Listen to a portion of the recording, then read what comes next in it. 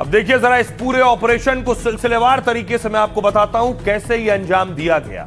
ये स्क्रीन आप देख रहे हैं। ईरान में फंसे पायलट को बचाने के लिए ट्रंप ने पूरी ताकत झोंक दी। कहीं से भी पायलट को लेकर आना है। 36 घंटे के अंदर दोनों पायलट को सुरक्षित निकाला जाए। 2 दिन पहले ईरान ने अमेरिका का F-15 विमान गिराया। इस तरह से विमान में सवार 2 पायलट पैराशूट से उतरे।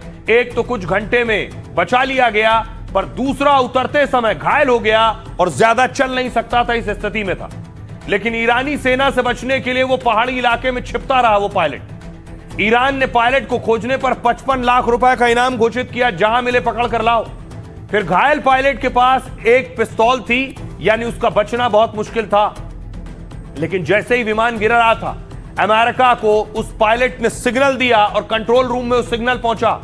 अमेरिका ने ड्रोन, सैटेलाइट और खुफिया जानकारी से सटीक लोकेशन हासिल की उसकी, और फिर घायल पायलट को निकालने के लिए सबसे बड़ा रेस्क्यू मिशन अमेरिका ने शुरू किया।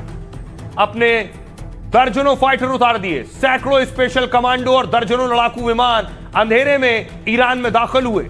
जैसे ही अमेरिकी सेना और उनके जवान पहाड़ी इलाकों में पायलट को ढूंढने के लिए बढ़े, ईरान की सेना गोलीबारी और बारूदी हमला कर उन्हें रोकने में जुट गई, कुछ इस तरह से। तब कुछ विमान और कमांडो में ईरानी सेना का सीधे मुकाबला करने लगे। ऐसी स्थिति बन गई थी। उनकी कोशिश थी कि ईरानी सेना घायल पायलट तक किसी हाल में ना पहुंच सके।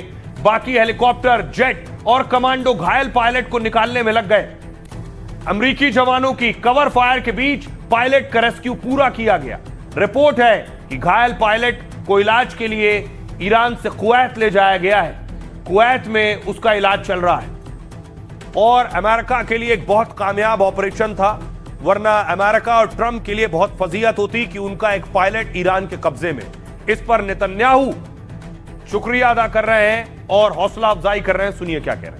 Congratulations, President Trump. मेरे दोस्त डोनाल्ड, एक बार फिर आपके लीडरशिप ने अमेरिका को शानदार जीत दिलाई है। अमेरिका के निडर योद्धाओं ने जिस तरह अमेरिकी पायलट को बचाया, इससे सभी इजरायली बेहद खुश हैं। ये साबित करता है कि अगर कोई चाहे तो असंभव चुनौतियों का सामना कर अंधकार और आतंक की ताकतों पर जीत हासिल कर सकता है। इस रेस्क्यू से एक बात साफ हो गई है कि कोई भी पीछे नहीं छूटेगा। यही हमारा मूल मंत्र है। यही दोनों देशों का इतिहास है। Is left behind.